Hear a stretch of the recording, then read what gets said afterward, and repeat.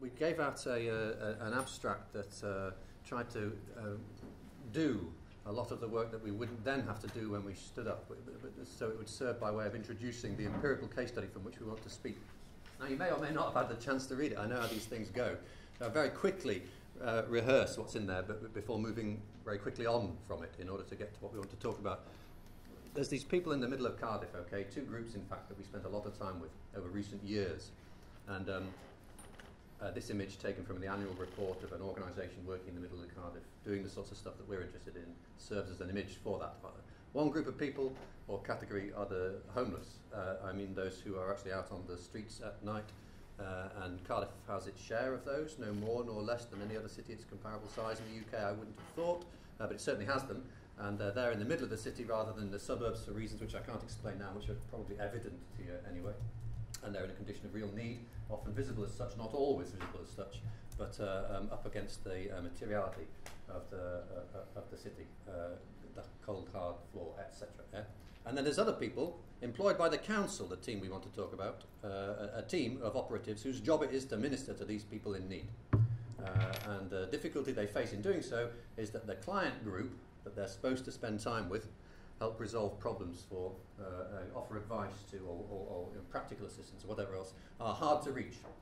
That's the term that they would use themselves, and it's probably familiar enough. In two ways, though, actually. They're hard to reach in the sense that's conventionally used in social care and welfare. So it means a client group that kind of resistant sometimes or obdurate in the face of offers of assistance.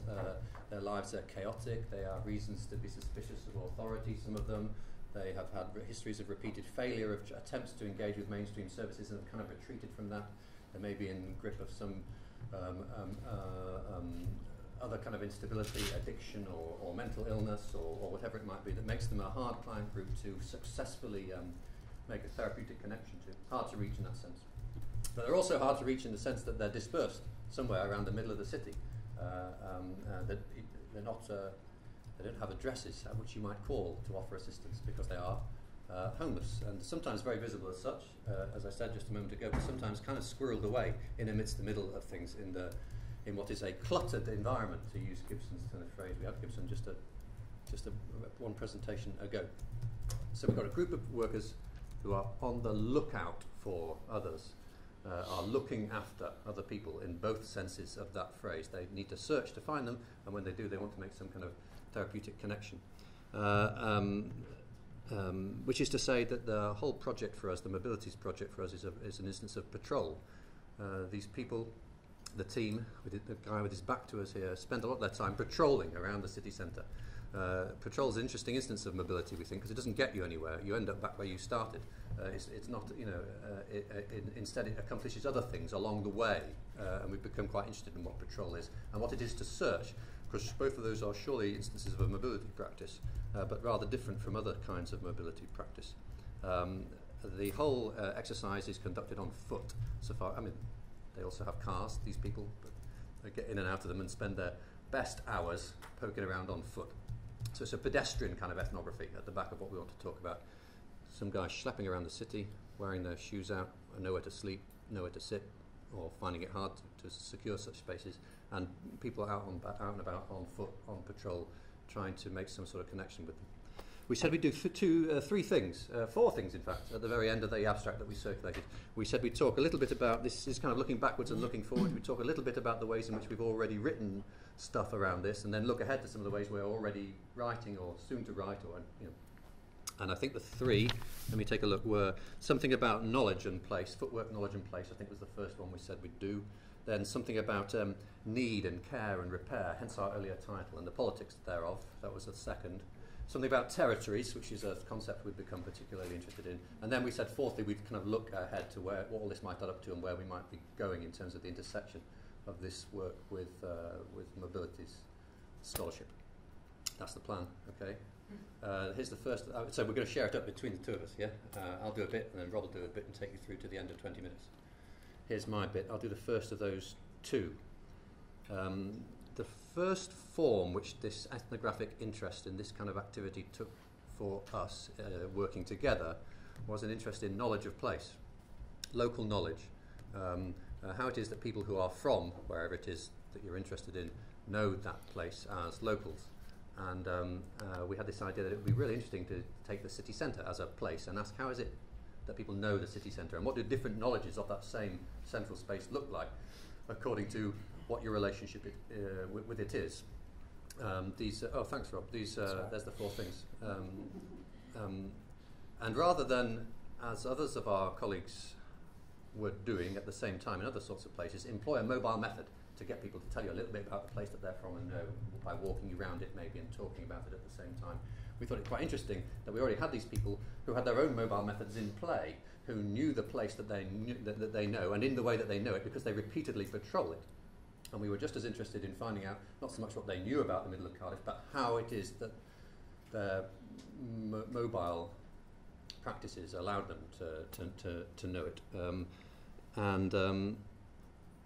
Doing that allowed us to have, we're going to show a list of publications at the end, to play with a little interest in what ways of moving particular to patrol and exploration and searching look like, all the way down from the micro choreography of someone who's moving as such, but does it in a very different way from someone who's actually trying to get anywhere quick, because searching and patrolling has this kind of, not because you're lost, but because you've lost something, as it were, or wondering whether there might be someone just behind the skip there, or, all the way out from the micro choreography of what movement looks like if someone doing the moving is searching, out to a bigger picture of what it might look like. For some weeks, until we threw the thing away, we had them tagged up to GPS outreach workers, following them around. They do a morning patrol, 2 or 3 hours around the middle of the city in the morning, and we were interested in the ways in which you could map that and say, perhaps, look, that's local knowledge map. That's what it looks. That's what outreach looks like. If we were to drop it onto a map of the city, you'd see where it is they go, and they don't go just anywhere. They clearly have there's a kind of pattern there, that's a distinctive spatial practice, which presumably looks different from a police officer's patrol or street cleaner's patrol. And this allowed us to engage with Tim Ingold, of course. Ollie has just spoken and referenced Tim, and we will too, because it allowed us to do that work with maps and mapping and as set against wayfaring. And we developed a series of arguments that were critical of the analytic instinct that instantly it sees the pattern there, wants to suggest that what you have is an illustration of a knowledge which is antecedent to any outreach worker going anywhere. They know where it is they need to go in order to accomplish the things they need to accomplish to bring about these encounters with these homeless types, and knowing as they do, they then set off according to a pattern. Whereas, of course, what's just as interesting about an image like that is that one of the things that's interesting about a picture like that is that it seems to have a pattern. It is as true to say of a picture like that no 2 lines are the same, and that indeed this isn't because the picture represents a series of imperfectly brought off attempts to reenact the same pattern by outreach workers. There's not a single wrong turn on that map. What it represents instead is an engagement with place, which is where what one knows emerges from the way in which one goes, rather than the other way around. This is pure Ingold, of course, which allows us to conclude. I wanted to just get the turn of phrase from a piece that we wrote, which allowed us to contrast what it might mean to say of anybody that they know all about a place, as our outreach workers in the middle of Cardiff undoubtedly do when it comes to the centre of the city. Knowing all about a place, we argue, might be taken to signify that knowledge is comprehensive, that someone has the place covered, mapped even, and have nothing less to learn. Alternatively, knowing about a place might be taken to refer to a more open and exploratory project, no less expert for that.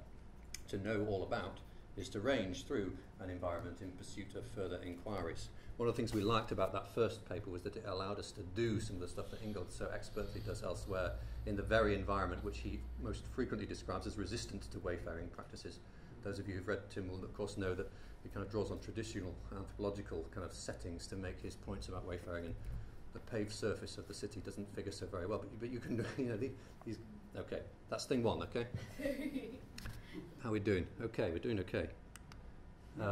thing too. In the Mobilities Journal, which we were really pleased to publish in not so very long ago, we started to develop some of this stuff about where outreach workers go and the way in which they move and the way in which that has to do with producing encounters with vulnerable clients. We started to link that up to politics in a way. And the paper was called Stop and Go. Again, we'll put up a list at the end. It sort of started with something that John Rennie Short, I think it was Short, had published in Mobilities previously, which contrasted the pedestrian as a second-class citizen as set against the car driver. And we moved on from there to Nick Blomley's work on Canadian cities where street beggars are characterised as second-class citizens as opposed to pedestrians because they are not moving at all, whereas the pedestrians are moving, if only slowly. So we have this kind of start to the paper where we took that there was, how best to put it, I'll let John, I'll let Short do it. Short claims there's a kind of emancipatory tinge to the mobilities term. It's enthusiastic for motion, the faster the better. The point is moot at very best, okay? But we wanted in this paper to look at the ways in which you might turn away from the car towards the pedestrian and turn away from the pedestrian in motion towards someone sat still and not moving and redeem for immobility. I hardly need to say this to this audience, the fact that that might be an accomplishment in itself. What do I mean by any of that practically? The thing that we were interested in was the ways in which outreach workers who we've spent time with frequently talk about their clients as being stuck or stalled or going nowhere. So they use a language of a valued language of mobility and immobility to describe the difficulty that their clients are in. And their aim is to, of course, get things moving for their clients and make some kind of progress. But doing so very frequently requires that they can reliably contact the client who they need to be in touch with again and again over a period of weeks and maybe even months sometime to build up the sorts of close working and trust and negotiation which allows them eventually to arrive at some kind of solution to a problem with a very difficult, hard to reach client. And so in the paper we explored through a little case study how for anyone to make progress in this line of work you need to have clients who somehow bringing things to a stop, finding a place for themselves in the city from which they're not going to be turfed out anytime soon, a little niche.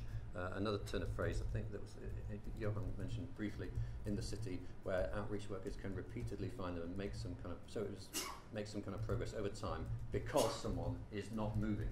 And as soon as someone gets kicked out of that spot by the police or the owner of the premises or some new development adjacent to the site that homeless person may have secured, everything's up in the air again and work has to start all over from the beginning almost, not least with finding out where it is that they've got. That was the second thing, yeah? I've got a little bit more to say about the second thing before Rob takes over and does territories. The original title of the paper had made reference to our most recent publication. You see, I'm reaching that cusp now, beyond which lies stuff that's unwritten, where we'd argued again politically about the activity of the politics of mobility and outreach. At the hinge of this is, and this is the first mention of him, is Goffman, and a really, really excellent essay that figures at the back of Asylums? It's Asylums, isn't it? Called The Vicissitudes of the Tinkering Trades. Tinkering, another term we've had already today, where he talks about the work that it takes and the conditions under which objects and people get patched up and put back together. One of the points he makes quite tellingly in this is that some instances of repair cannot be addressed by removing the object in need of repair to some other setting whereby it can be addressed and worked upon, because the object isn't independent of its context and one does more damage to the object by removing it than one would by leaving it where it is.